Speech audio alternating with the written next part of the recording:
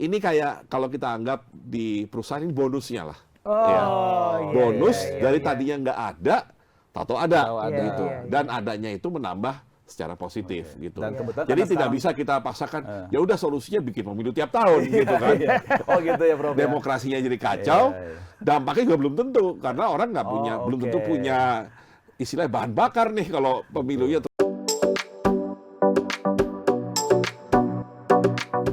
Assalamualaikum warahmatullahi wabarakatuh. Selamat sore, salam damai sejahtera untuk kita sekalian. Om Swastiastu, Namo Buddhaya, salam kebajikan. Tribuners dan pemirsa Warta Kota, jumpa kembali dengan kami dalam podcast Untuk Negeri edisi kedua. Saya, Domo Barita, Wakil Direktur Pemberitaan Tribun Network bersama kolega saya, Rama Pratama. Dr. Rama Pratama, aktivis dan pejuang reformasi. Tribuners, sore ini kita akan berbicara tentang outlook ekonomi 2024. Pertumbuhan ekonomi menurut data Bank Indonesia sampai triwulan ketiga 2023 adalah 4,94%. Lebih rendah dibandingkan dengan tahun sebelumnya year on year 5,17%. Bank Indonesia memperkirakan pertumbuhan ekonomi tahun 2023 kisaran 4,5 sampai 5,3%. Bagaimana pertumbuhan ekonomi di tahun politik? Kita tahu saat ini kita berada di tahun politik. Pemilihan umum serentak yakni Pilpres dan pemilu legislatif akan diselenggarakan 54 hari dari sekarang, tepatnya 14 Februari 2024 yang jatuh pada hari kasih sayang atau Valentine's Day. Pemirsa dan Tribuners, untuk membahas apakah ada kaitan pemilu serentak tadi yang 54 hari ke depan dan disusul pilkada di 541 daerah 9 bulan kemudian terjadwal 27 November 2024. Katanya sih akan dipercepat sebelum Presiden lengser menjadi September. Nah, untuk membahas outlook ekonomi 2024 atau teropong perekonomian 2024 telah hadir di studio Tribun Network Warta Kota di Palmerah. Orang yang sangat kondang tentu, sudah terkenal. Beliau adalah Ketua Dewan Guru Besar Fakultas Ekonomi dan Bisnis Universitas Indonesia. Beliau 3 kali menteri dan sekali wakil menteri. Menteri Riset dan Teknologi dan Kepala BRIN, Badan Riset dan Inovasi Nasional. Kemudian Kepala Bappenas 2016-2019. Menteri Keuangan 2014-2016. Wakil Menteri Keuangan 2013-2014. Beliau adalah Profesor Dr. Bambang Brojonegoro. Tribuners dan pemirsa Warta Kota, langsung saja kita sambut Profesor Bambang Brojonegoro. Selamat sore, Prof. Selamat Sore, sore, Prof. ya. Sehat Prof. Alhamdulillah. Sehat. Alhamdulillah, Lagi Prof. main badminton soalnya. Iya, masih rutin badminton apa, Prof, triple ya? Badminton triple ya, badminton bertiga lah. Satu lapangan berarti 3 lawan 3. 3 lawan 3. 3 on 3 kalau di basket. Oh, 3 on 3 ya. Ini sudah diakui oleh PBSI belum, Prof? Ya, ini kita anggap sebagai olahraga rekreasi gitu. Tapi tentunya dari waktu ke waktu pasti ada pertandingan Oke. yang melibatkan orang-orang yang memang inginnya bermain triple gitu. Seberapa seru sih dibandingkan yang double biasa?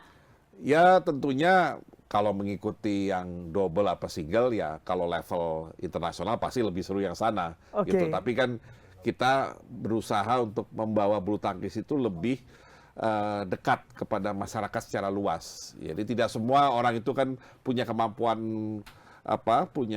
atletik yang bagus ya untuk Artinya bermain badminton yang memang high impact gitu. Iya, iya. Jadi kita berusaha bagaimana memoderasi olahraga bulu tangkis yang high impact ini dan juga ada high risk-nya menjadi yang lebih sesuai dengan ya umur-umuran 40-50 tahun ke atas lah. Gitu. Cocok buat para senior ya. Ya, para senior. Artinya lebih aman secara kardio mungkin Prof ya. Kardio dan Iya. ini Cedera, otot cedera. ya, Iya, cedera betul, otot. betul. Karena memang Bung Rama juga pernah saya lihat satu komunitas dengan Prof Bambang ya? Iya, kebetulan kita sama-sama. Musuh bebuyutan. Oh gitu ya? Ada rekor nggak? Siapa yang menang lebih banyak? Masih Prof, karena digendong sama pemain Olimpiade soalnya. Oh, Mas Chandra. Iya, sering saya lihat fotonya. Baik Prof, sehat selalu dan terima kasih sudah hadir di studio kami.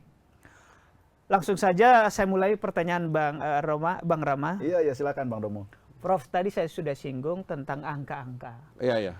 Prediksi Prof di 2024, ekonomi kita lebih tinggi dari 2022-2023 atau lebih lemah? Silakan Prof. Karena ini Prof, saya mau tambahin sedikit. Iya. Ini kan tahun politik ya. Betul. Kadang-kadang kan orang merasa ini ada kaitannya sama ekonomi atau gimana hubungannya sama ekonomi ya. Iya. Nah, bisa kalau dari kita bicara impact kan bisa positif, bisa negatif kan Iya, begitu iya. ya. Apa impactnya gitu di tahun politik ini kan dengan berbagai macam event seperti Pilpres langsung dan Iya, pilkada iya. yang juga tersebar di seluruh kota di Indonesia kan Iya, begitu iya. ya. Nah.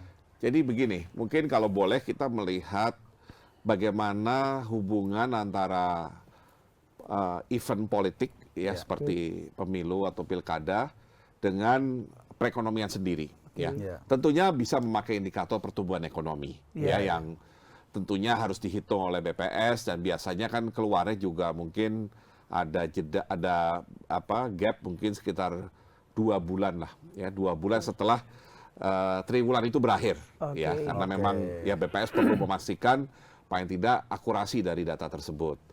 Bisa juga misalnya menggunakan indeks harga saham ya. Bagaimana reaksi pasar modal terhadap kontestasi politik tersebut gitu ya.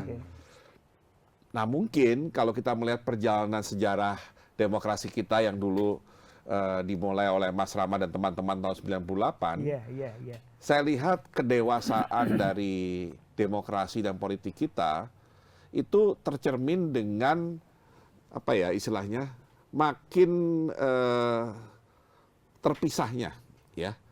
Kita nyebutnya detachment ya, makin terpisahnya antara politik aktivitas politik satu sisi dengan kegiatan ekonomi di sisi lain. Ya. Itu artinya apa? Bagus nggak, Prof? Artinya bagus. Oh, positif artinya bagus, artinya. positif karena ya kalau kita merujuk kepada negara-negara maju, ya misalkan Amerika juga pemilunya kan seolah-olah seru, apalagi kan diliput media juga besar-besaran. Pemilu di Jepang juga wah luar biasa, meskipun kadang-kadang cuma antar orang-orang satu partai gitu ya. Atau yang paling clear di Eropa lah, ya. Di Eropa kan demokrasinya sangat dynamic, ya. Jadi bisa apakah yang dari left wing ke right wing ke sentris itu cepat sekali perubahannya. Tapi kan ekonominya baik-baik aja. Ya, artinya itu ya, pemilunya boleh seru kayak di Inggris, Perdana Menterinya sempat berganti sampai 3 kali dalam waktu yang sangat pendek. Meskipun ekonomi Inggris tentunya terdampak, tapi bukan karena gonta-ganti Perdana Menteri. Ekonomi Inggris terdampak karena global slowdown, ditambah waktu itu ada Ukraine, ditambah belakangan tingkat bunga tinggi. Jadi artinya itu yang lebih berpengaruh terhadap ekonomi suatu negara. Kalau negara itu sudah makin dewasa. Stabil lah. Hal itu sudah saya lihat sekarang. Paling tidak mulai saya lihat di ekonomi Indonesia. Jadi kalau dulu mungkin orang langsung khawatir bahwa pemilu itu akan merubah negara secara total. Sekarang orang makin sadar. Ya. Sadar pertama bahwa waktu 5 tahun memimpin, atau paling lama 10 tahun, tidak akan cukup untuk mengubah perekonomian secara fundamental. Untuk ekonomi seukuran Indonesia. Kalau kita bicara nih ekonomi yang kecil, yang penduduknya cuma 5 juta atau di bawah 5 juta, mungkin kayak bisa. Singapura gitu kali ya. Kalau kayak Singapura barangkali bisa.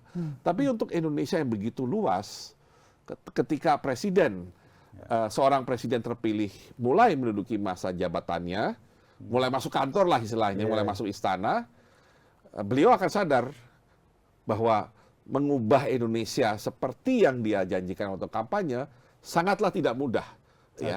Sehingga meskipun dia akan berusaha untuk mewujudkan apa yang dikampanyekan itu visi misinya, tapi pada saat yang sama presidennya juga sadar bahwa kemampuan negara, kemampuan ekonominya memang seperti ini. Sehingga kalaupun ada perubahan, barangkali istilahnya dia harus agak mendiskon. Kalau dia targetnya misalkan sampai 10, misalnya kalau untuk mengubah sampai derajat ke 10, mungkin dia harus lebih realistis, oke derajat kelima deh. Ya, yang penting perubahannya terasa, tapi memang belum optimal. Nah, jadi dengan kombinasi itu, akhirnya wacana untuk mengubah total suatu sistem, itu tampaknya hampir kecil kemungkinannya terjadi di Indonesia. Dan itu adalah hal yang baik sebenarnya. Bahwa kemudian masih akan ada wait and see itu wajar. Ya. Karena kalau ada investasi yang di sektor yang strategis atau investasi di hal-hal yang barangkali secara politik masih sensitif, ya itu pasti akan ada wait and see. Tapi kan ekonomi, suatu size ekonomi seperti Indonesia tidak ditentukan hanya oleh kegiatan ekonomi yang sifatnya proyek A, proyek B, atau kegiatan C, kegiatan D. Dia adalah suatu sistem yang utamanya didominasi oleh konsumsi rumah tangga. Ya. Jadi kalau investornya wait and see, selama konsumennya kita semua tidak wait and see, tetap melakukan kegiatan konsumsi seperti yang kita biasa lakukan, ya ekonomi akan jalan. Ya. Sehingga memang di satu sisi ekonomi kita misalnya sudah lama nih tumbuh rata-rata 5%. Ya. Di satu sisi orang akan bilang kok cuma 5%. Ya. Tapi ada sisi lain yang akan bilang, wah 5% itu luar biasa untuk ekonomi seukuran Indonesia. Ya.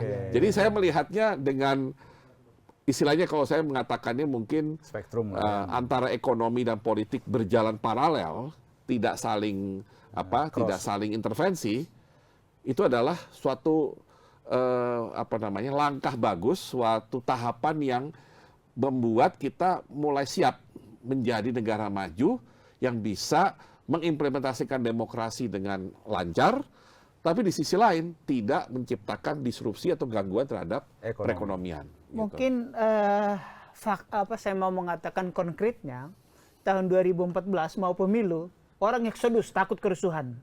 Dan tahun-tahun sebelumnya. Mungkin itu yang Prof mau sebut bahwa ini udah mulai stabil, sudah mulai dewasa berpolitik. Mungkin itu Prof mau sampaikan. Ya, artinya kekhawatiran dalam menghadapi event seperti pemilu, plus fakta bahwa setelah habis pemilu, setelah kita mengalami pemilu langsung sejak 99, 2004 dan seterusnya, kita kan juga makin lihat salah satunya pemilu Indonesia tuh pada dasarnya aman. Ya, aman dan tidak memakan korban jiwa. Ya, tidak ada korban jiwa yang tersia-sia hanya karena pemilu. Karena mohon maaf kalau saya mengambil contoh satu negara besar, negara demokrasi yang lebih besar dari kita, itu pemilu level negara bagian saja itu bisa korbannya ratusan. Ya. Jadi kita paling tidak bersyukur bahwa meskipun masyarakat sudah mulai dibiasakan dengan model demokrasi yang sekarang kita adopsi, tapi mereka tidak membawa itu ke dalam ranah kekerasan.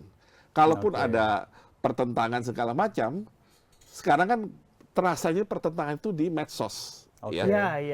Bahkan barangkali digitalisasi itu membawa berkah juga buat kita. Karena itu, keributan yang biasanya kita lakukan misalnya face to face, sekarang daripada face to face nanti berantem di ruang medsos, di medsos saja. Ya. Di medsos belum tentu pakai akun kita yang sebenarnya gitu kan. Tapi maksudnya ya nggak berdarah-darah lah ya. Ya, itu bisa meredam lah. Bisa meredam potensi konflik yang terjadi karena event politik tadi. Gitu. Tapi detachment itu bukan berarti nggak ada hubungannya kan, Prof? Aktivitas politik pemilu itu harusnya kan juga harapannya kan berdampak juga pada ekonomi kan? Sangat berdampak, berdampak dalam pengertian kan kalau kita melihat kenapa pertumbuhan ekonomi terjadi karena ada sejumlah aktivitas yang berlangsung pada periode tersebut. Jadi kalau ditanya tadi 2024 kira-kira pengaruhnya seperti apa? Iya, betul. Ya kita lihat juga 2019 seperti apa, 2014. Ternyata memang pola yang berulang setiap kali di setiap tahun itu ada pemilu, pemilu Pilpres. Apa polanya, Prof? Akan ada peningkatan konsumsi rumah tangga. Sementara konsumsi adalah yang terbesar. Kan? Dan memang perhitungan konsumsi kita sekarang oleh BPS itu dibagi dua. Ada konsumsi rumah tangga yang murni, ada konsumsi lembaga non-profit rumah tangga. LNPRT itulah yang didefinisikan sebagai konsumsinya partai politik.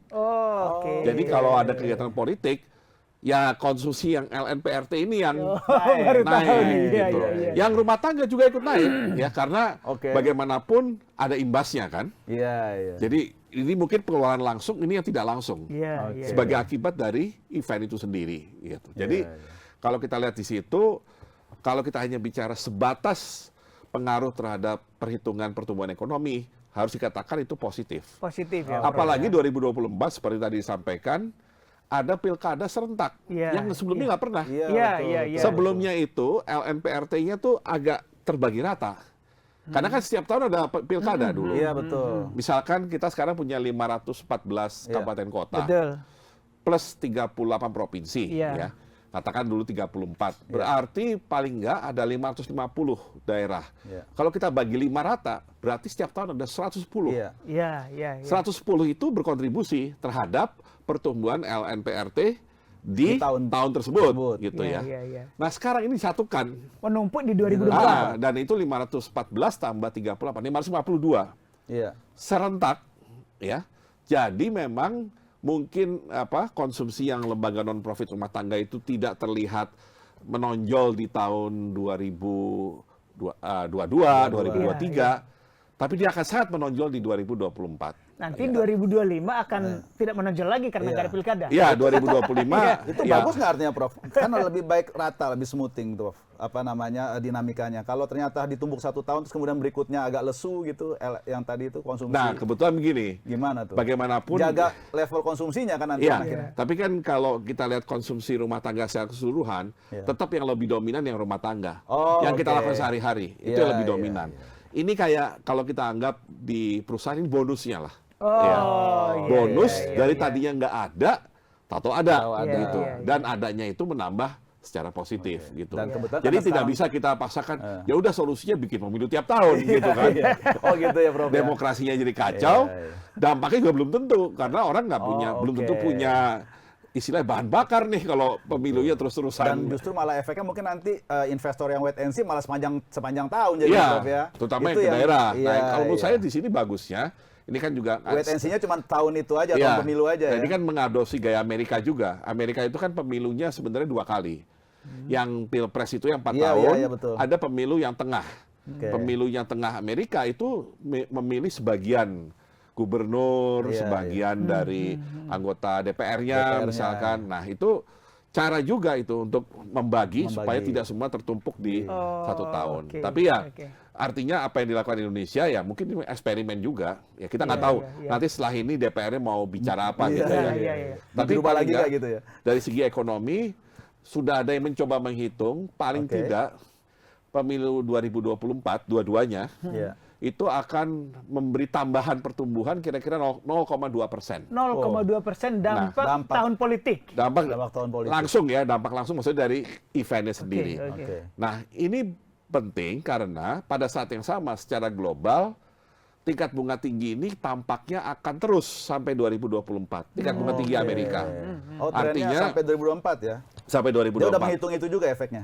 Ya, jadi justru dengan adanya tingkat bunga tinggi ini kan berarti ekonomi globalnya akan lemah. Iya, betul. Permintaan terhadap produk ekspor kita lemah. Buktinya yang kalau Anda katakan tadi triwulan 3 4,94. Iya, agak turun kan. Terus Iya, kemarin iya. juga baru dirilis neraca perdagangan, kita masih surplus, tapi surplusnya makin lama makin tipis. Oke. Salah satunya karena pertumbuhan ekspornya juga makin lama makin lemah. Oke. Sebagai Nah, cerminan dari global yang juga melemah. Global, Ya? global itu kan 2 akibatnya. Iya. Kenapa pertumbuhan ekspor kita melemah? 1, karena memang permintaannya menurun. Ya, orang yang mau beli lebih sedikit. Oke. Yang kedua adalah tadi karena dampak secara agregat harga komoditas ekspor utama kita turun. Prof. Karena kita ngandalkan komoditas. Sorry, gitu. sebelum ke ekspor. Iya ya. Saya mau ke politik tadi. Berarti pemilu yang serentak, pilpres maupun legislatif dan Iya. pilkada berdampak 0,2% Menambah. terhadap Menambah pertumbuhan. pertumbuhan. Iya. Berdampak Berarti positif loh, menambah. Berdampak loh. positif Iya. ya, Iya. yang di luar. Berarti itu misalnya beli atribut kampanye, Iya, semuanya. makan konsumsi Iya, rumah iya. tangga Biaya, ngajak. biaya iklan. Biaya. Iya. Iklan kandidat. 0,2% Iya, tambahnya ya. sama satu lagi jangan lupa, sekarang kan perangnya atau kampanyenya kan di medsos. Oke. Nah, kita kan medsos butuh modal namanya data. ya. Iya. Untuk internet, untuk itu segala konsumsi macam. internet masuk dalam itu ya? Masuk dong. Iya, Iya, data provider. Iya, Ya, kalau dulu kan pakai SMS, beli Iya. mahal. Sekarang kan pakai data. Tapi kan data juga harus dibeli, nggak Iya, bisa. iya. Kita begitu aja konsumsi muncul. data rupanya. Jadi Konsumsi jangan data. bilang konsumsi hanya makan minum aja nih. Data kalau anak muda bilang kuota. Kuota. Ya, Ya, kuota pulsa, internet. pulsa lah. Pulsa. Oke. Iya, iya. Oke. Silakan Bung Rama, mungkin ke ekspor tadi. Atau ada yang lain silakan mau ditanyakan. Jadi gini Prof, kalau kaitannya jangka pendek 2024 ya, kita bicara meneropong. Tapi kan kita di frame juga sama tekad pemerintah untuk mencapai Indonesia Emas tahun 2024. Iya, betul. Ya kan. Nah, bagaimana kita memotret 2024 ini dalam frame itu kan. Iya, iya. Nah, sementara kan saya rasa Prof juga sudah baca lah white papernya teman-teman Iya, PTM FEB UI Iya, iya. yang sempat juga bikin lumayan heboh lah ya. Iya, Karena iya. diplesetkan kan tuh kan, ini Indonesia Emas 2045 Nggak akan atau Indonesia tercapai. cemas. Oh, Indonesia Iya kan? cemas. Iya, Nah, ini kan cukup. Iya. Ya, nah sebenarnya kekhawatirannya pada intinya setelah saya baca ya, saya nggak tahu mungkin Prof punya tanggapan atau pandangan berbeda. Kekhawatirannya adalah ketika kita mau tinggal landas menjadi negara maju dengan penghasilan pendapatan tinggi, itu kemudian kita ternyata dengan kondisi seperti sekarang itu tidak bisa tercapai karena apa? Kita gagal memanfaatkan bonus demografi sehingga pada akhirnya terjebak dalam middle income trap begitu. Iya. Nah, 2024 ini apakah trennya ini bisa mendukung frame itu? Karena catatannya kan 2023 kalau seperti ini startnya nih bukan emas tapi cemas nanti 2045 ini. Nah, begitu kira-kira Prof. Jadi gini, kalau kita melihat bagaimana upaya negara-negara yang sekarang kategorinya kelas menengah, terutama menengah atas untuk bisa naik kelas lah. Naik kelas, saya mengatakannya lebih ekstrim lulus. Oh, lulus. Oke. Lulus menjadi negara negara yang maju. high income High atau income. negara maju yang kita sebut. Itu ternyata menariknya kalau kita lihat statistiknya seluruh dunia, antara yang berhasil dengan yang tidak, jauh lebih banyak yang tidak. Nah, Ya, ini. gagal maksudnya. Nah, ini. Lebih banyak yang gagal. Iya. Dan juga kalau dilihat yang berhasil, kebanyakan adalah negara-negara yang size-nya kecil. Oke. Terutama kalau sekarang ini dominasi oleh negara-negara Eropa Timur. Iya. Negara Eropa Timur. Oh, mereka lulus ya, Prof ya? Ya karena tadi mereka kan negara kecil. Iya, betul. Kemudian pertumbuhan ekonominya meskipun kecil, tapi dia masih ada. Iya, Gitu. impact-nya. Nah, itu yang masih bisa mengangkat dia dari Iya. income-nya yang memang karena kecil ya, pembaginya kan kecil. Betul. Prof, Jadi dia- supaya clear, size kecil itu jumlah penduduk, jumlah wilayah atau? Rata-rata ya jumlah penduduk yang terefleksi juga dengan wilayah. Oke. Kalau Eropa Timur kan hampir nggak ada negara yang dibilang besar, kecuali Iya, Rusia. iya. Nah, jadi di antara negara Eropa Timur itu kemudian juga yang menarik ada beberapa negara Amerika Latin yang sedang dalam upaya ke sana. Gitu. Iya. Nah, ternyata tadi lebih banyak yang gagal. Yang berhasil adalah kebanyakan negara kecil. Jadi untuk Indonesia kalau Gimana nanti tuh, yang Prof, berhasil, sebenarnya? itu malah kalau secara statistik Indonesia itu bisa jadi outlier. Outlier dalam pengertian positif. Iya, betul. Karena susah sekali untuk negara besar lolos dari middle income trap. Tapi ini bukan berarti pesimis kan, Prof? Nggak pesimis. Iya. Karena ada satu negara yang lebih besar dari Indonesia penduduknya, Iya. wilayahnya, sekarang sudah hampir Hampir lulus. lulus. Iya, Jadi apa tuh? income per kapitanya kalau nggak salah udah 12 ribuan, padahal threshold untuk negara high income 14 ribu. Oke. Ya. Jadi udah dekat. China. Oh, Ya, Tiongkok. oke. Ya. Tapi ya, Tapi membandingkan China dengan Indonesia apa apple to apple tuh, Prof? nah, yang kita lihat ya jangan politiknya ya. Iya, Kalau iya, politiknya iya, betul. nanti diskusinya akhirnya bubar gitu. Iya. Tapi yang kita Ini lihat kita bicara adalah possibility, strateginya. Prof. Iya, possibility-nya, Salah satunya Cina strateginya di awal dia menggenjot pertumbuhan yang tinggi. Pertama dia buka dulu ekonominya. Dari Oke. ekonomi tertutup, dia buka, kemudian dia langsung fokus di manufacturing, di Oke. industrialisasi, ya. Dan resep industrialisasi adalah resep yang sudah berhasil diterapkan di dua tetangganya, Jepang dan Korea Selatan. Oke. Ya, Jepang dan Korea Selatan itu bukan negara kecil. Lebih kecil dari kita ya, tapi dia bukan negara kecil seperti kebanyakan negara Eropa Timur. Iya. Tapi dua negara ini luar biasa. Jadi mereka bukan hanya lulus, istilahnya kalau sekolah ini kan ada orang lulus misalkan SMA atau lulus sekolah Iya. dengan waktu normal. Ya kita kan sekolah 12 tahun lulus SMA gitu kan. Iya. Nah ini lulusnya lulus cepet gitu. Oke. Jadi Korea terutama. Kelas akselerasi. Ya, kelas. Nah, Korea terutama yang paling luar biasa. Karena Korea itu hanya butuh 6 tahun dari dia masuk upper middle sampai jadi masuk high income. Dia cuma 6 tahun. Faktor apa yang mendukung itu, Prof? Nah, di situ kita bicara strategi pertumbuhan. Yang tadi saya katakan, China juga bisa seperti itu karena dia niru Jepang dan Korea. Oke. Kuncinya tetap industrialisasi, ya. Istilahnya tidak ada magic word kecuali keyword. Yang ada adalah kata kunci, industrialisasi. Bukan magic word yang berharap ada sesuatu yang sifatnya mukjizat. Dan itu adalah proses yang tidak mudah. Betul. Karena industrialisasi butuh dua. Butuh tentunya kemampuan membangun rantai pasok, supply chain. Dan satu lagi adalah skill dari pekerjanya, yaitu human resource-nya. Makanya negara-negara yang berhasil, kuncinya apa? Negara yang punya produktivitas tinggi. Dan produktivitas tinggi, ya bisa juga kita pakai teknologi. Tapi ya apakah kita bisa mengejar teknologi itu? Itu yang bisa dilakukan oleh China, Korea, dan Jepang. Ya. Jadi mereka mengembangkan industrialisasi dengan di backup teknologi. Ya, makanya siapa yang menyangka Korea yang tahun 50-an bareng sama kita, negara termiskin di Asia. Bayangkan, Korea negara termiskin di Asia. Tahun ini, tahu-tahu orang Indonesia kalau nyari HP yang bagus, salah satunya beli Samsung. Ketika mau TV yang bagus, belinya LG, atau Samsung juga misalkan. Terus sekarang rame-rame beli mobil listrik, Hyundai Ioniq. Ini tanpa bermaksud iklan ya. Tapi hanya yang menunjukkan private sector-nya pun sadar akan itu. Maksudnya private sector di Korea, dia menunjukkan kemampuannya berkompetisi bukan dengan minta proteksi yang berlebihan dari pemerintah. Apakah pemerintah kasih proteksi? Iya, di awal. Tapi habis itu, semua konglomerat Korea yang namanya chaebol, itu istilahnya dapat mandat dari pemerintahnya. Kamu udah cukup ya jadi jago kandang. Sekarang waktu kamu tempur di luar. Dan itu yang mereka lakukan. Awalnya mungkin painful ya, artinya kita sama ingat lah mobil Korea ketika datang ke Indonesia, orang lihatnya yakin nih mau beli mobil ini gitu kan. Tapi sekarang orang melihat itu sebagai salah satu alternatif merek atau jenis mobil yang patut dipersandingkan dengan mobil dari Jepang, mobil dari Amerika, mobil dari Eropa. Gitu. Nah, juga Jepang ya. Jepang juga saya ingat tahun 70-an ketika mobil Jepang itu baru mulai masuk Indonesia, orang juga ngelihatnya sebelah mata gitu. Kalau mau beli mobil murah tapi cepat rusak, Jepang. Katanya. Saya masih ingat waktu kecil gitu. Kalau mau beli mobil yang bagus, tahan lama, Eropa. Atau waktu ada Australia, ada Amerika. Sekarang mobil Jepang justru identik dengan tadi. Mobil yang bagus, bisa mewah, tapi tahan lama. Prof, keyword industrialisasi. China meniru Jepang dan Korea. Berarti sudah tepat dong kalau Indonesia meniru China. Ya, dalam pengertian kita meniru strategi industrialisasinya.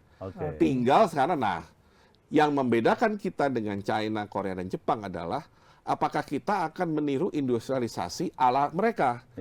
Karena kalau saya perhatikan industrialisasi di Jepang, dia basisnya adalah otomotif dengan elektronik, yang ditiru persis oleh Korea. Ditiru persis oleh Korea. Tentunya dia juga mengembangkan industri lain ya sehabis itu. China sampai suatu titik dia mengikuti hal yang sama. Dia juga kuat di otomotif dan di elektronik. Nah, tapi kemudian tampaknya mulai ada semacam evaluasi lah terhadap strategi mereka sendiri. Nah, sehingga akhirnya Korea misalkan, Jepang itu kemudian tahu bahwa elektronik dia kalah sama Korea. Korea sampai pada pengakuan itu ya? Ya, sudah kelihatan lah gitu. Bahwa Korea yang mendominasi. Berarti imitator tapi yang otomotif Jepang tetap pegang gitu. Masih ya? Jepang tetap pegang, Korea otomotif. Nah, yang hebat China dalam pengertian dia cukup cerdik melihat masa depan. Ya, karena memang masa depan yang dilihat oleh pengambil kebijakan di Korea dan Jepang pada waktu yang berbeda, tentunya beda sekali dengan yang dilihat China melihat ke depan itu kan sekarang gitu. Nah, China ini menurut saya yang harus kita tiru itu adalah strategi mereka mengkombinasikan industrialisasi dengan sustainability, dengan keberlangsungan. Keberlanjutan. Makanya sekarang kalau orang bicara otomotif, Ya, merek China mungkin tidak terlalu dikenal. Tapi kalau orang ditanya siapa produsen mobil Listrik. dan motor listrik terbesar di dunia, Oke. istilahnya gak ada lawan. Iya. China udah terlalu besar, ya.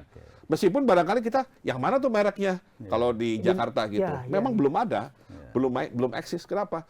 Dia bisa hidup dengan memberikan kepada pasar sendiri gitu, dengan 1,5 miliar penduduk yang income-nya juga terus meningkat, ya.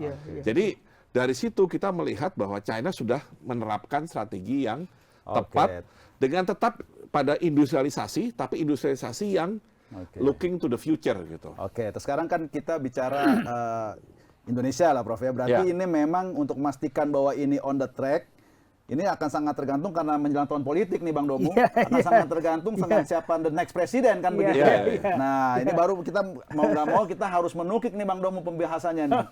Bagaimana kita meneropong ekonomi 2024 dengan memotret visi misi ekonomi masing-masing capres pada akhirnya nggak bisa terhindar kan Prof ya. Dan silakan Bang Domu, mungkin ada beberapa catatan riset dari tim redaksi nih terkait itu nih untuk pengantar nih. Baik, makasih Bung Rema. Prof, besok kan akan debat pertama cawapres dan isunya ekonomi. Oke, udah masuk Kita menyebut semua mulai dari nol kayak di SPBU. Kenapa? Karena ini nggak ada yang incumbent. Oh ya, nggak ada yang incumbent.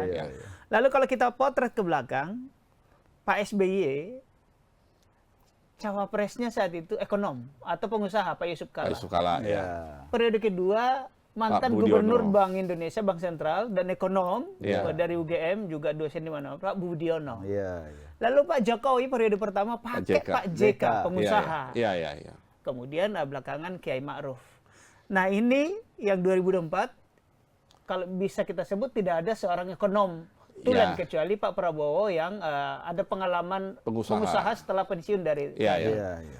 Bagaimana prediksi Prof ke depan, dan ya mungkin langsung saja menohok besok, apa sih yang perlu disampaikan oleh para kandidat ini? Oke, pertama tentunya apakah kandidat itu sebaiknya punya latar belakang ekonomi, ya mungkin jelas tidak harus. Tapi ya kalau ada itu akan merupakan bonus yang sangat menolong, ya. Karena memang ketika kebetulan saya juga pernah ikut di kabinet, ya akhirnya tanpa tentunya mengecilkan peran soal pertahanan, soal hukum misalkan, akhirnya pembicaraan sehari-hari, diskusi sehari-hari tentang bagaimana pemerintahan ini dijalankan di kabinet, ini akan banyak berkaitan dengan ekonomi, ya. Jadi meskipun misalnya di kabinet gitu ya, kita bicara misalkan tentang industri pertahanan misalkan, karena penting untuk Indonesia paling tidak punya kemampuan kemandirian dalam industri pertahanan. Kan akhirnya bicaranya bukan tentang jenis senjatanya atau apa, tapi bagaimana kapasitas kita, bagaimana pembiayaan, bagaimana memanage supaya BUMN di bidang yang terkait itu bisa menunjang industri pertahanan. Jadi diskusinya memang akan banyak ekonomi dan itu akan sangat menolong. Tapi tentu kita tidak bisa paksakan. Jadi memang hal pertama yang barangkali nanti harus dipikirkan oleh pemenang tentunya adalah mempunyai tim ekonomi yang solid. Tim ekonomi yang solid yang tidak hanya bisa menggambarkan secara makro, tapi juga harus bisa menukik ke mikronya. Karena kalau saya perhatikan di survei-survei mengenai daya saing Indonesia itu kalau dihitung dari daya saing komponen-komponennya selalu punya nilai bagus di dua hal. Satu, size of the market, ukuran pasar orang tahu lah, bukan hanya masalah 270 juta, 250 jutanya, tapi income per kapita kita kan kalau hitungan sekarang 4.700 US dollar. Jadi buat siapapun yang mau invest di Indonesia itu menarik. Yang kedua yang jadi daya tarik adalah macroeconomic stability. Jadi at least makroekonomi kita relatively terjaga. Tapi memang menjaga makroekonomi gak gampang. Itu perlu paling tidak koordinasi fiskal dan moneter yang bagus. Kalau BI kan sifatnya independen. Jadi ya selama kita punya Bank Indonesia yang solid, ngurusin kebijakan moneter, itu paling tidak separuh dari isu makro sudah bisa tertangani dengan baik. Tinggal fiskalnya di fiskal. Di fiskal ya tentunya Kementerian Keuangan tapi juga mencakup kementerian lain. Nah, Tapi di luar itu kita banyak nilai yang kurang bagus. Oh. Ya, termasuk isu hukum, kepastian berusaha segala macam. Yang menurut saya akhirnya kelemahan kita adalah justru di sisi mikronya, ekonomi mikronya. Jadi kadang-kadang mungkin kita bagus secara makro, sehingga orang menyangka begini, kalau makronya bagus harusnya investasi datang dong rame-rame ke Indonesia dengan mudah gitu, nggak usah pakai promosi yang berlebihan. Kenyataannya kan nggak semudah itu gitu. Kenapa? Karena akhirnya ketika dia berusaha masuk Indonesia, dia mulai berhadapan dengan segala macam aturan dan segala macam, di mana Penghambat investasi lah itu. menghambat investasi yang kalau dari disiplin ekonomi itu adalah ranahnya ekonomi mikro, ya, terkait regulasi misalkan. Iya, Ya. iya. Jadi artinya harus mulai ada pemahaman bahwa ketika membentuk tim ekonomi itu memang harus kombinasi dari yang makro, mikro, dan tadi yang punya pemahaman mengenai dunia usaha. Ya. Karena pada akhirnya kan kalau kita menarik investor luar maupun dalam, yang invest siapa ya dunia usaha. Ya. Nah, jadi kita harapkan nanti mereka bisa bentuk tim yang solid lah. Ya. Nah kemudian agendanya sekarang. Nah kemudian tadi Mas Rama bicara mengenai 2045. Nah kebetulan kalau dari segi perundang-undangan, rencana pembangunan jangka panjang kita itu akan berakhir tahun 2025. RPJP yang 2005-2025, kan 20 tahun itu. Itu habis 2025. Berarti menuju RPJP. Siapapun nanti yang jadi presiden, itu yang nanti akan menyampaikan RPJP 2025-2045. Jadi istilahnya apa? Dia pembuka jalannya. Pembuka jalan, dan barangkali dia yang harus meletakkan fondasi. Apakah tadi bisa jadi Indonesia emas atau Indonesia cemas tadi? On the right track atau? On the right track kan? On the right track itu kadang-kadang nggak bisa langsung di ujung gitu. Kalau istilahnya nggak semua orang bisa kayak Valentino Rossi yang nyalip di tikungan terakhir gitu ya. Harus dari awal. Harus dari awal. Kalau bisa ya memang dari awal dia udah dapat start yang pas. Dengan start yang pas dia di depan terus gitu ya. Kalau kecuali mengalami kecelakaan gitu ya. Nah jadi menurut saya ini penting. Siapapun yang akan memerintah Indonesia 2024-2029, dialah yang meletakkan landasan awal untuk menuju Indonesia Emas 2045.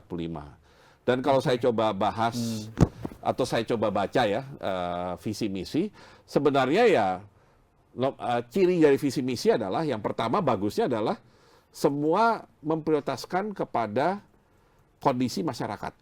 Ya, jadi bagaimana mengurangi kemiskinan, menjaga daya beli, ya, kemudian bagaimana memperbaiki pemerataan, ya, semua arahnya ke sana. Cuma memang kita nggak bisa hanya bicara di tataran yang mengenai kemiskinan, ketimpangan tadi, karena untuk mengatasi kemiskinan, ketimpangan diperlukan pertumbuhan. Kenapa? Dengan pertumbuhan yang tinggi kita harapkan penerimaan dalam APBN melalui penerimaan pajak tentunya itu akan makin besar. Kalau penerimaan pajak yang makin besar berarti kan ruang fiskalnya makin besar.